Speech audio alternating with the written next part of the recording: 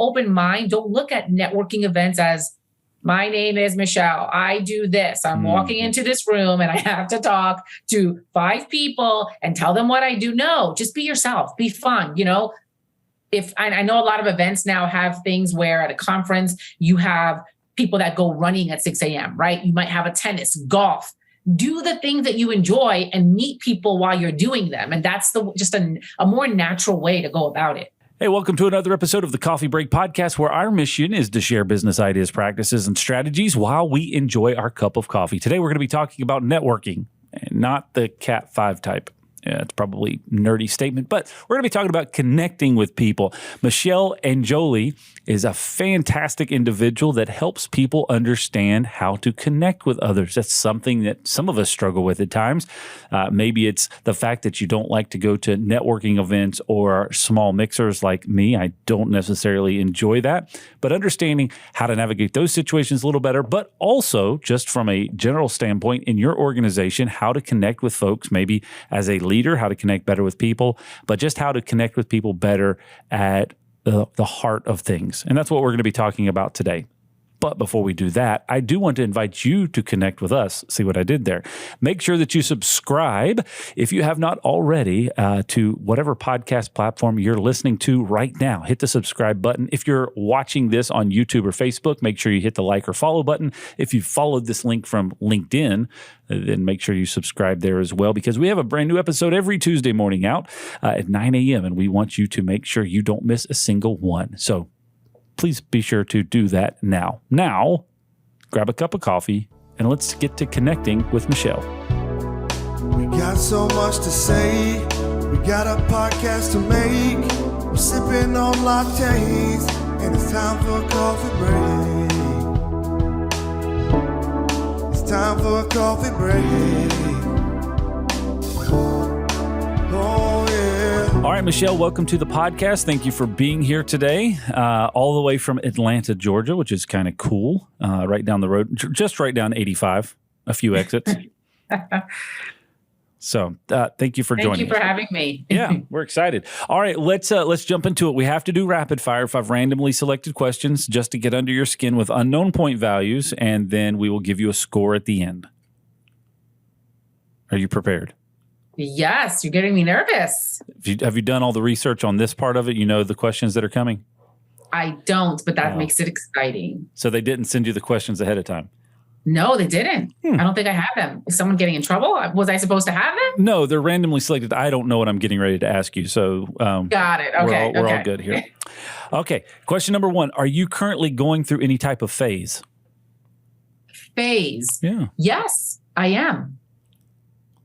Do you want more information? Do you want to elaborate? Yeah. This is the whole point of this. So when I say a phase, yes, I'm in the process of doing an online course on creativity. Okay. And it's actually a 12-week course.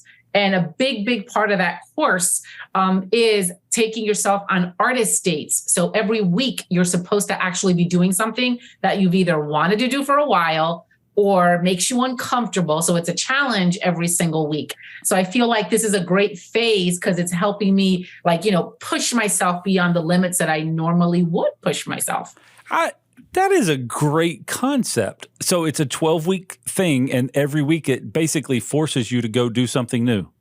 Yes, I was actually looking because I thought I had the book near me. Yes, it's a Julia Cameron. Okay. It's a book about creativity, and what it's supposed to do is, if you're a writer, if you're any kind of artist, I think that anyone, no matter what you do, you're an artist of some sort. It's supposed to help unblock you or kind of push you outside of your comfort zone in order to foster new ideas, new projects. So it's been fun. I think I'm on week 5.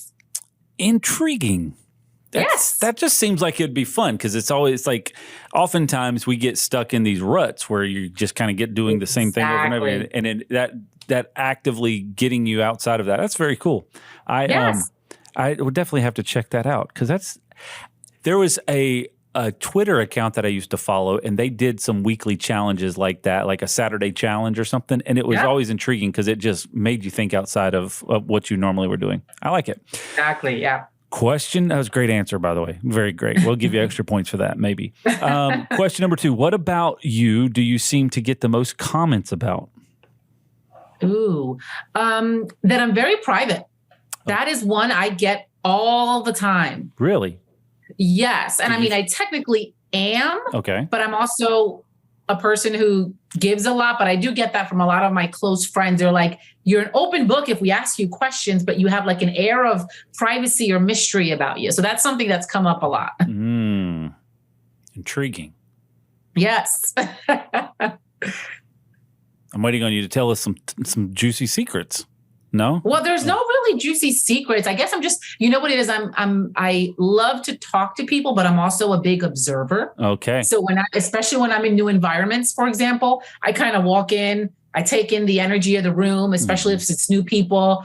I tend to ask questions and listen more to some of those answers. So that might be why at the end of like an interaction, people might be like, oh, I don't know much about you. Then it's because I've asked most of the questions. So you're professionally sociable, but you don't obviously share a lot of your personal details. So you could have a conversation with you for an hour or two and then also find out that you have like 22 cats. That it would just be a thing you'd have to pull out of you. Yeah. Well, so it's interesting. You don't have 22 cats, do you? No, I don't. Okay. I don't even have one. But I found out apparently at a conference a couple years ago that I am an ambivert. Do you know what that is? Somebody that doesn't like cats and does not share personal information. I'm just guessing. Yes. Well, it's a combination of an extrovert and an introvert. So what an ambivert does is that, you have people that are on both sides, right? You're an introvert no matter where you are, or you're an extrovert no matter where. An ambivert is someone that walks into a room and depending on the energy, they're either a little bit more extroverted or they're introverted. I like that. So that's me. Yeah. So that's kind of like, that's a great description of me as well. You're a vert based off of the ambiance. I like it. Yes, definitely. I could probably adapt with that. Okay. Question number 3, which is very interesting because we had a conversation about this morning. What types of things do you procrastinate the most on? Ooh,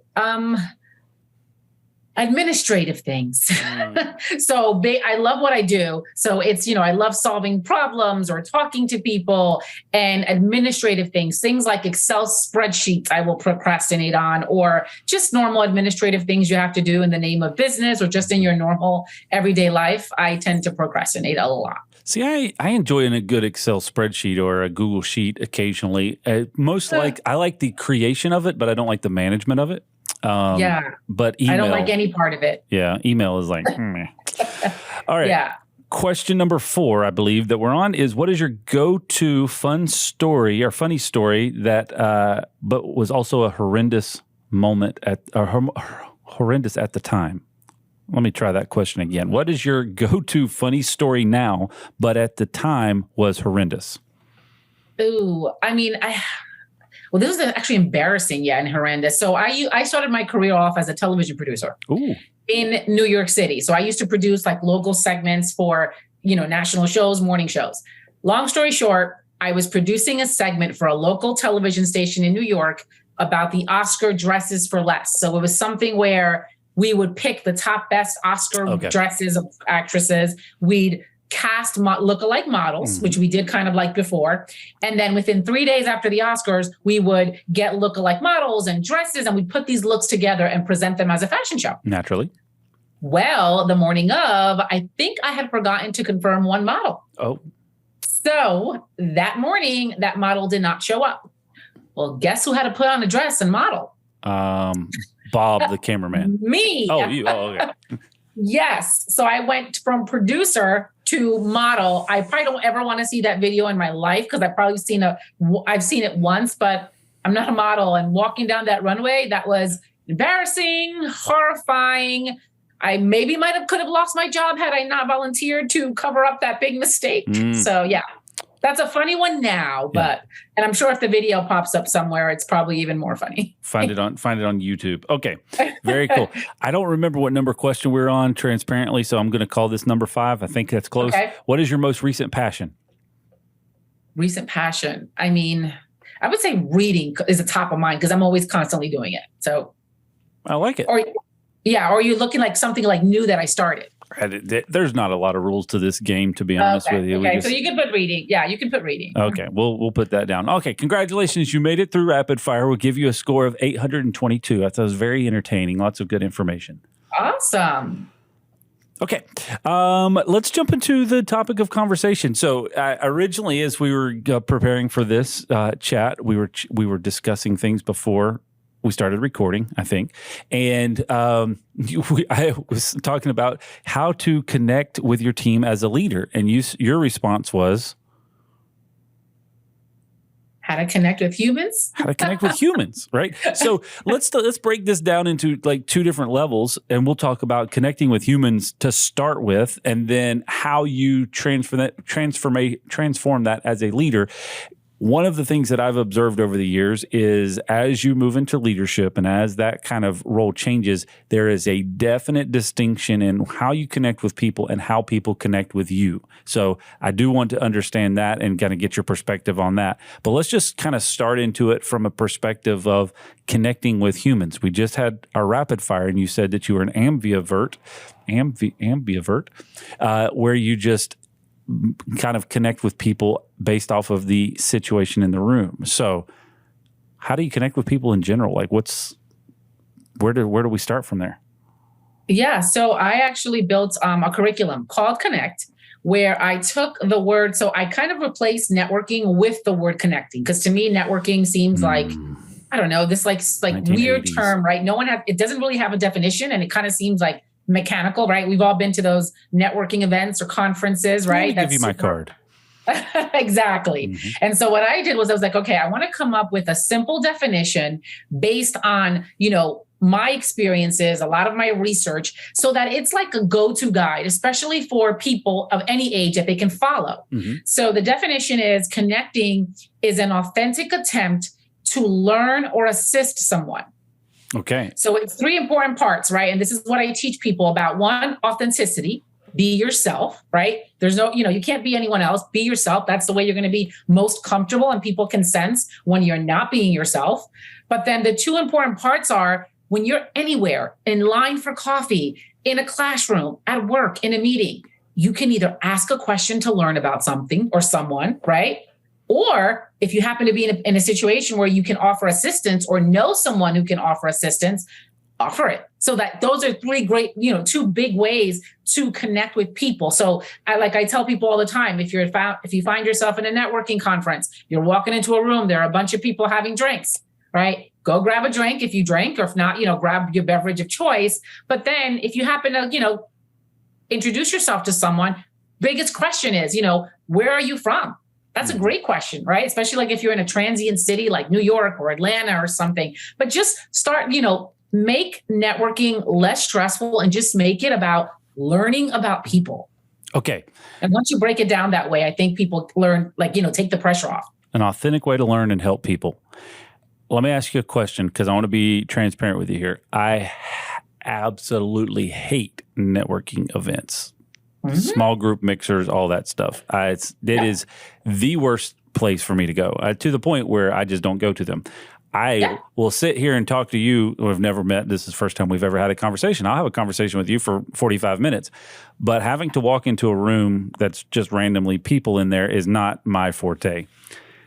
But I also I am with you. Okay. So I also understand that there is a massive amount of value. It's hard to learn about people and find ways to help people if you don't put yourself in those positions. So from a connection standpoint, obviously this is something that you are not necessarily big on either, based off of your answer. How do you navigate that to where it isn't painful and agonizing? Because, to me, it's just not worth the effort. Yeah. So what I tell people is, especially, I understand with you, this is why I do what I do, because of those agonizing events that seem very fake, right? I've been there where I've had, conferences, you have a name tag, and I've been there where I've had people pass by me and kind of do that, look to see, okay, are you worth talking to, right? Based on the company or, the title or the name, right? And so what I tell people all the time is when you're walking into a space like that, just focus on one or two people, right? If you happen to scan the room and you see that there is someone by themselves having a drink at a bar, go and, and approach them, but don't make it seem like it's this because when you're approached to go to an event like that, you assume, and in your head, the first thing I think of is, oh my God, I'm going to have to talk to like 40 different people. Or you feel like you're on stage, right? Imagine walking into a room a little late and everyone already being there, right? And interacting with each other. And so I tell people, just kind of focus on one person or two people and have a great conversation. I have seen more value come out of going to a networking event and talking to 3 people versus trying to talk to 40. Sure. It's just trying to find those 3 people. And then what's the conversation that actually will bring value versus it's just oh, how you been? Good to see you. Yeah. Exactly. Weather's been crazy. crazy. I tell people all the time is just start, like, if you don't know the person, why are they there? Right? Where are they from? What do they do? Different things. It's interesting because a lot of people have told me throughout my work, like, I hate it when people ask me what I do for a living. I feel like it's very judgmental or whatnot. But what you do for a living, for most people, it takes up 60 to 70% of your life, right? Sure. You're working a lot. So I think that there are ways to ask questions about people, why do they do what they do? What brought them to that career? I mean, I've had conversations that have started off simply where what brought you here, that have ended up with we have gone to the same school, or we know people in common, or we worked at similar companies or similar industries. Yeah. Just being open-minded and just asking like that open question can lead to the next set of questions where you learn more about people. At Loc-Doc Security, we believe your camera system should provide more than just surveillance. Being able to see exactly what's going on at your place of business from your phone or computer is fantastic. But what if there were more analytics giving you the ability to improve your business operations? Track how many people visited your location, stopped by your display, and even how often they passed by your store. Be alerted if someone was loitering, vandalizing your business, or even dumping trash. It's time for you to take advantage of this technology. Contact us today for more information about our cloud-based camera systems. Loc-Doc Security, helping you protect your people and property. So just to play devil's advocate, and to maybe somebody that's listening or watching is sitting there thinking this, so what's the point? So I've gone to this event and I sat here and had this conversation and found out that we both know Bob. Okay. So that's great. I just wasted an hour of my time to know that we both know Bob, and now I'm going home and not having that conversation anymore. Well, here's the thing where you have to be strategic, right? Ooh. So let's just say this networking event, again, is it maybe for fun that you're going to this networking event, or is it a business event? Are you there for a conference, which are most of the times where these networking events happen? If you're there for a conference and you're in sales, there's a lot to gain, right? Sure. I tell some of the sales folks that I coach and I've mentored in the past, be strategic, right? If you're going to a conference and there's a networking reception, maybe do a little bit of research. Who's going to be there, right? If you happen to be at the actual conference day sessions before the networking recession, connect with the people that you might want to connect with. You want to either have them as a potential customer, whatever that, that interest is, and you can find yourself where you meet them at the networking reception later, right? You say hello or whatnot. But the goal is whether, again, it all depends on what your goal is. If you're there as a salesperson, the goal is to meet potential leads, potential connections that can get you either someone to talk to at a company that you're interested in working with, or, give you a connection, or they themselves can be a good connection for you. So that's where I say you have to be a little bit more strategic in why you're attending a formal networking reception. But I tell people all the time, I go to dinner parties sometimes. I've gotten clients from sitting there at dinner. A conversation that started as, how are you? How do we both know Sally, right? It's engaging conversation. Then it goes into, oh, well, what do you do? Oh, I do X, Y, Z. Oh, you know what? I might need your services, or my friend needs your services. So it's just a matter of knowing, again, if in a business setting, be intentional as to what you want to get out of it and move accordingly. And then in your personal life, who knows? Certain conversations might lead to business or something of value or friendship. And if you ask them what they do and their response is, I sell insurance, then you just immediately walk away from the conversation. No, I've actually had conversations where they've done something completely.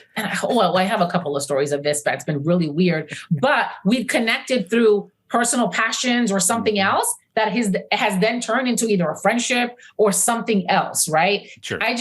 I always tell people, don't start off with what do you do for a living? Start off with where are you from? Well, I think that that's probably one of the things that I don't like about those events, or that I've struggled with them in the past, is that I feel like you're always being sold something, or somebody's trying to pine information out of you to sell you something, or that at the end of the conversation, like, hey, yeah, I feel like we just chatted and it was a fun conversation. I learned a little bit about whatever, and then all of a sudden, can we set up an appointment so that I can go over everything that we can offer? And it's like you just are walking around going, well, that's ultimately what's going to happen. So this is just a fake interest conversation. We could just cut to the chase, and you could say, here's my services. So with that said, I'm interested in the definition that you had here was an authentic way to learn and help people. Because if you walk in it with that approach, well, it kind of changes the conversation a little bit from kind of the perspective where I'm starting from is, oh gosh, what kind of commitment am I going to have to make out of this conversation? Exactly. I mean, and that's why like the assistance part is so huge. I mean, I've gone to many networking events, and even I tell students this all the time, especially like I tell, college students who are looking to get into like the company of their dreams, right? I tell people all the time, now is your prime time, because as a student, you can intern at companies, right? You can make connections at companies. Who's not willing to help a student? And if you happen to be lucky where you're interning at a company that you one day want to work for, or you're at a conference and you meet someone at a company that you'd one day love to work for or have as a client, in normal conversations, hey, any projects you're working on, anything, it could be on a personal, professional level. If you have valuable information, a resource, I mean, I've shared anything from designers and, dress designers, venues, different things like that, restaurants, go to restaurants with people that build that just connection at that moment that can lead to other things. So that's why I always tell is like, have an open mind. Don't look at networking events as, my name is Michelle. I do this. I'm walking into this room and I have to talk to 5 people and tell them what I do. No, just be yourself, be fun, If I know a lot of events now have things where at a conference, you have people that go running at 6 a.m., right? You might have a tennis, golf.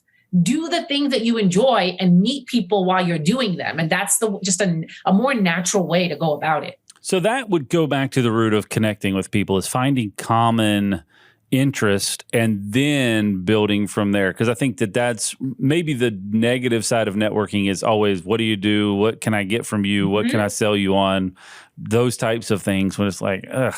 But, if you were at an event and I was at an event and you walked up and you had you're on your badge said, I help leaders learn how to connect better with their teams.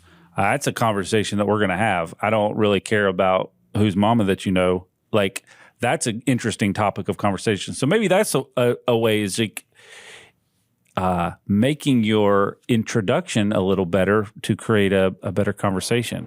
What do you think about that? So interesting that you say that. So I have 3 areas that I work with on people. First one is networking, AKA connecting. All right. Second one is personal branding. Okay. Right. And the third one is self-esteem. Here's what I did. I built a framework, self-esteem. I tell people, to your point that you just made, figure out your unique value proposition. What is it that you do that people would be interested in knowing, buying, selling? Like, what are your services? What is your value? What you just described, my value is in that one sentence, right? Depending on what conference I'm in, I can tweak that, right? Depending on, what it is. Sure. But exactly, in having these conversations with people and learning more about people, in your mind, you can genuinely and naturally connect in different ways, whether personally or professionally. But if there's something that you can offer of value based on the conversation that you're having, that's a great way to connect with people. Okay, so let's go down this path because this would be very interesting. So I've got the personal branding, self-esteem. What is your unique value proposition? If you were to ask me that, and as a way that I could say it the most, I would have no clue. For me to come up with that statement would be a stretch of my brain because I feel like there's so many things that I don't do well.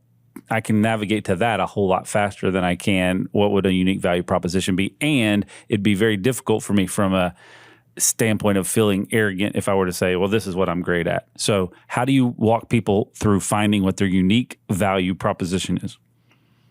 So one thing that I do a lot is I have an exercise with some of my clients where I make them do, you know how those like typical 360s that you do at work. Mm-hmm. So I have people do something where it's a small exercise. Some people are a little scared to do this at first, and then they find the value, where I tell people pick 5 to 10 people in your life, meaning a combination of personal and professional relationships, and make them be as unique as possible. It could be from a mother, a sister, a cousin, an aunt, to a former boss, a colleague, a mentor, somebody, a mentee, and ask them this question. I tell people you can text it, email it, or whatever. Ask them, hey, I'm doing some research, or, I'm doing an exercise. When you think of our relationship, can you think of, it could be a sentence or it could be a couple of words, certain words. What do you see that I bring as value to you? So when you think of me, you think of our relationship, what are some words that come to mind? And it's super interesting because people come back with, and I've done this exercise a couple times, but for me, it's always like I get like coffee. You're awesome to go have coffee with because I love having coffee. Sure. I meet people at coffee shops all the time. People always talk about stories. I'm a great storyteller. I love reading. I love writing, things of that nature. Mm-hmm. But it's very interesting. I've gotten like funny. You're very empathetic. One person, which I wasn't in tune with this, said, you're a freaking crazy problem solver. And I go, what do you mean? And he go, well, when we worked on this, and this, like you did that crazy thing, but we got that job done. And I'm like, oh, I never thought of it. So I always tell people, do an exploration of how you are perceived by people. That's part of the brand, right? Because I always tell people with personal branding, Jeff Bezos said this, and it was amazing, where he said, your personal brand is what people say when you are not in the room. Yeah. Right. So you have a lot of people today building this amazing brand, right? They've got, I do LinkedIn stuff with people all the time, like beautiful pictures, great headshots, these amazing, summaries. But then if you talk to the people whom they work with or work for or service, the brand that they think that they have, or that they think that they're emitting out into the world, is not the brand that they have. You have to make sure that it's actually, the brand that you want to have is the brand that you actually do have. Right. And so that's based on behavior, right? It's not just your online behavior. What's your offline behavior look like? I actually had an instance once where a big leader of a company, he was actually going for a promotion at a competitor. And this promotion would have been like 3 levels higher where he would have probably changed his life. And lo and behold, that new company that was interviewing him, he was one of the final people being evaluated. Someone happened to know someone at his current company who worked for him. Made a phone call. That phone call didn't go that great, and he missed out on that opportunity. Yeah. So, right. And so if I was him, I'm sitting here thinking, okay, I've accomplished this much. I'm up for this. I speak well. I have all these accomplishments. But so his brand in his mind might be something, but it's not what he's leaving behind. And that is, do you work well with people? Do you treat people well, right? The higher you go up the food chain, the more and more you need people around you to want to work with you and for you. And so that's something that's important. I like that exercise. I think that's something that can be easily done. Ask 5 of your kind of close connections. When you think of our relationship, what do you see that I bring of value, and see what kind of responses that you get.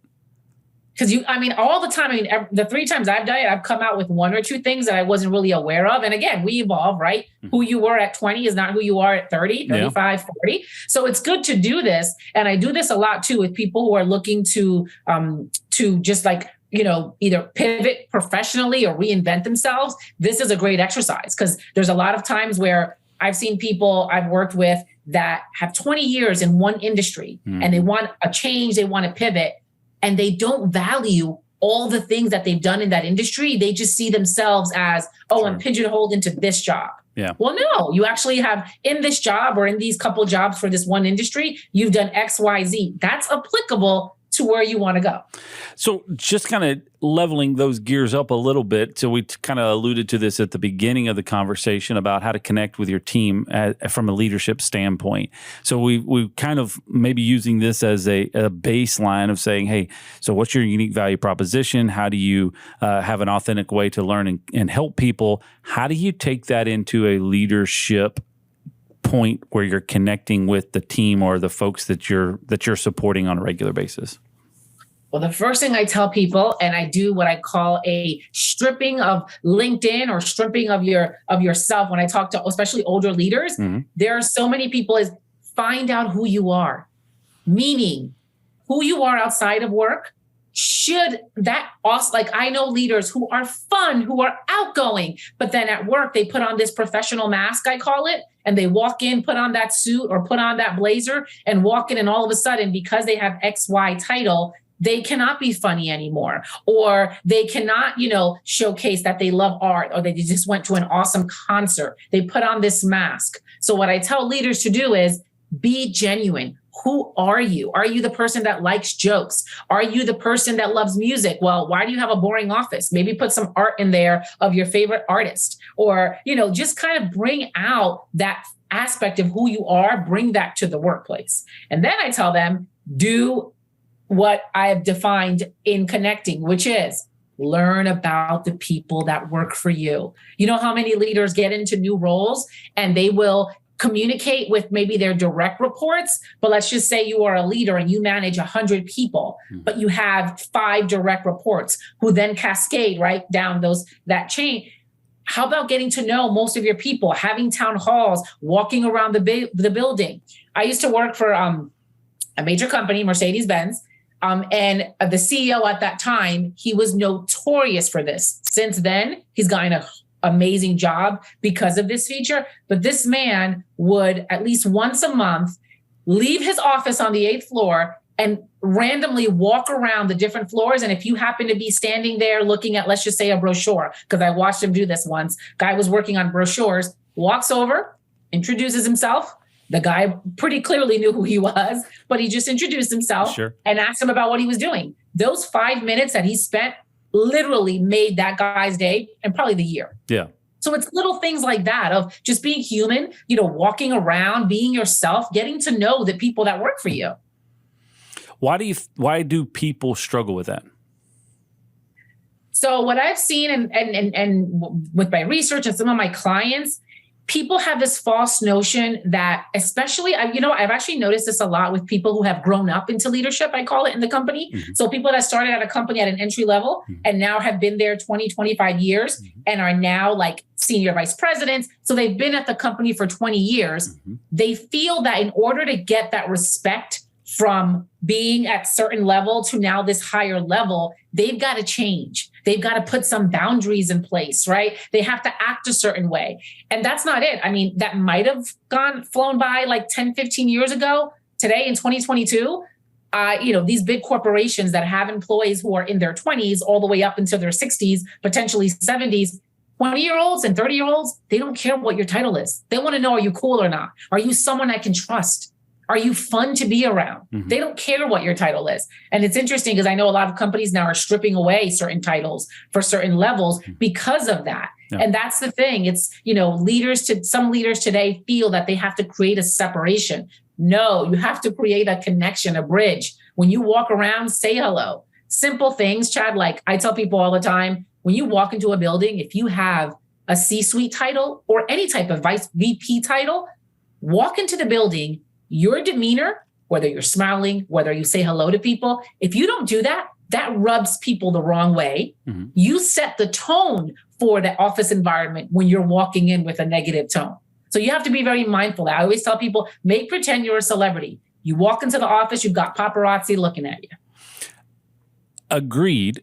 But is that not the antithesis of genuine? What if you were in a bad mood when you walked in the door? You could be in a bad mood. However, you don't have to be skipping, but if you're walking into a room, you're in a bad mood and you happen to make eye contact with someone and that person who happens to work for you and you completely ignore them, that's not cool either. Yeah. Right? Yeah. Or I've had leaders who do this, walk in, say hello, say good morning and say, I'm not having a great morning. I'm probably going to, check some email or whatnot. Actually, that's pretty human. Yeah. Right? Because you acknowledge the people. Right? When you're at a certain level, especially when you have much younger employees, they live and breathe by your actions. They know how to read you after a certain point. And people tend to get nervous, right? I tell people all the time, the volatility of the business environment. You could walk in one day having a bad mood. I've seen people predict that, oh my God, we're going to get fired. There's going to be massive layoffs. We're going out of business. I mean, people come up with some of these. That's why I tell people, be human and communicate. Yeah. I mean, I've been in my past experience. I've made always great connections with people whom I've worked for. They can walk in the room, Michelle, it's been a crazy morning. Yeah. I don't know what's going on. And then they'll walk into the office, Sure. Yeah. Right? Just dealing with the things. And now I'm frustrated. So let me go take a few minutes and get myself clear and I'll be back. Exactly. Versus hiding it, right? And just walking straight into the office and slamming a door. I mean, what a way to send ripples through the entire organization. Exactly. And that's the thing. I think that nowadays, and hence why I started doing this type of work with leaders, it's because now, right, we didn't have this 20 years ago. You've got like all these generations working together. Yeah. So if you're a 55-year-old male, right, who now has to potentially connect with a 25-year-old, especially in smaller companies, right? Mid-size and smaller companies where that connection is a little bit more deeper, right? You have to work maybe a lot more closer with everyone in your organization. How do you bridge that gap? Fight back against the spread of germs with specialty designed door hardware. From arm hooks and crash bars to wave to open. At Loc-Doc Security, we have the right fit for any situation. Arm hooks can be retrofitted to doors with existing pull handles. Adding crash bars can reduce even more touch points while retaining ease of exit. And for those looking to remove touch points altogether, we offer wave to open solutions enabling you to command the door from afar. Reduce touch points and live healthier with Loc-Doc Security. So I was sitting in a room a couple of months ago, I feel like, and this similar topic came up. And one of the things that was said in the room by a couple of business owners was never be friends with your employees. So I'm working with someone now who's interesting, who's struggling with that.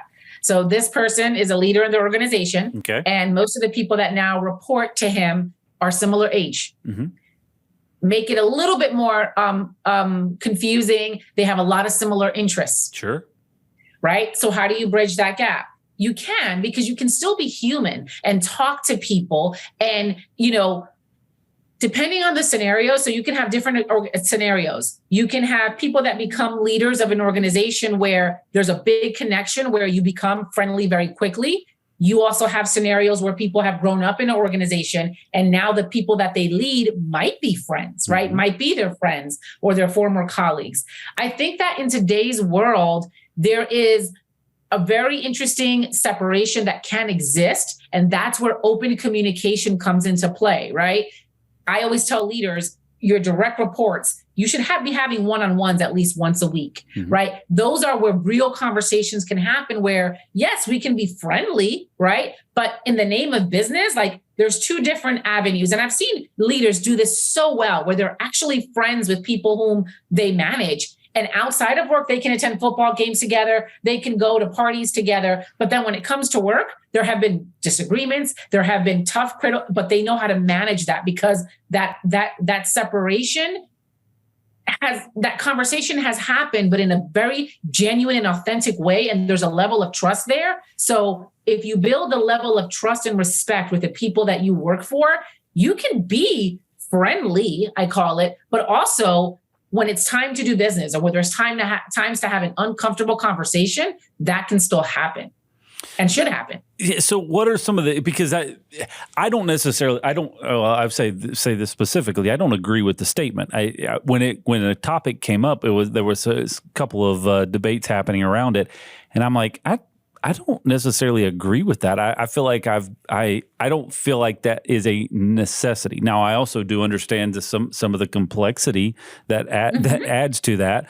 So there's when there's difficult conversations, how you approach those come at a different level. But I don't see why you have to have this hard line, because that was the basis of the conversation was this hard line of you cannot be friends with your employees, and you basically cannot carry on relationship outside of the business. And I struggled with that internally because I don't believe that that's realistic at this point in life. It's not. And that's why I'm saying, I think that what they're probably saying is there are some people that can't do that. right? There's some people that don't know. That's why I'm saying it's so important to know, to be authentic and to be able to have conversations with people. And so like here, I mean, a great example could be like, I know of a specific scenario where the person who runs the company has, I think it's like 5 direct reports in this scenario. Okay. And one of them happens to be his brother-in-law. Okay. So talk about friendly. Now you're talking about family, right? Sure. I'm seeing you at Thanksgiving. I'm seeing you at Christmas.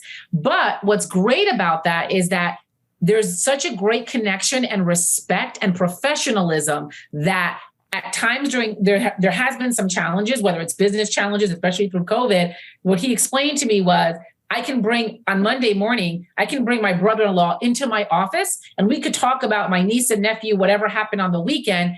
And I can also tell him, hey, this deliverable from last week, it wasn't up to par. We had XYZ complaint. What are we going to do to change it? Yeah. So that's where, again, I think that there are leaders that can have those relationships, and I think there are leaders that can't. And that's an area of development. Because like you said, we live in a world today where it's very, very hard. That's why I say with this connection, they used to say there's a fine line between work and play.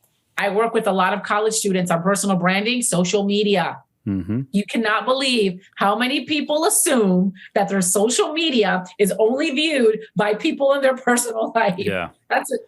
So that's part of the branding. It's be who you are no matter where you are. Yeah, that's the big thing that I'm hearing you say. We've had this conversation many times on this podcast about, there's not really a separation between work and personal. It's just who you are as a whole and how you navigate and manage your time and all those things, especially in a business ownership or leadership standpoint. It's even more so blurred.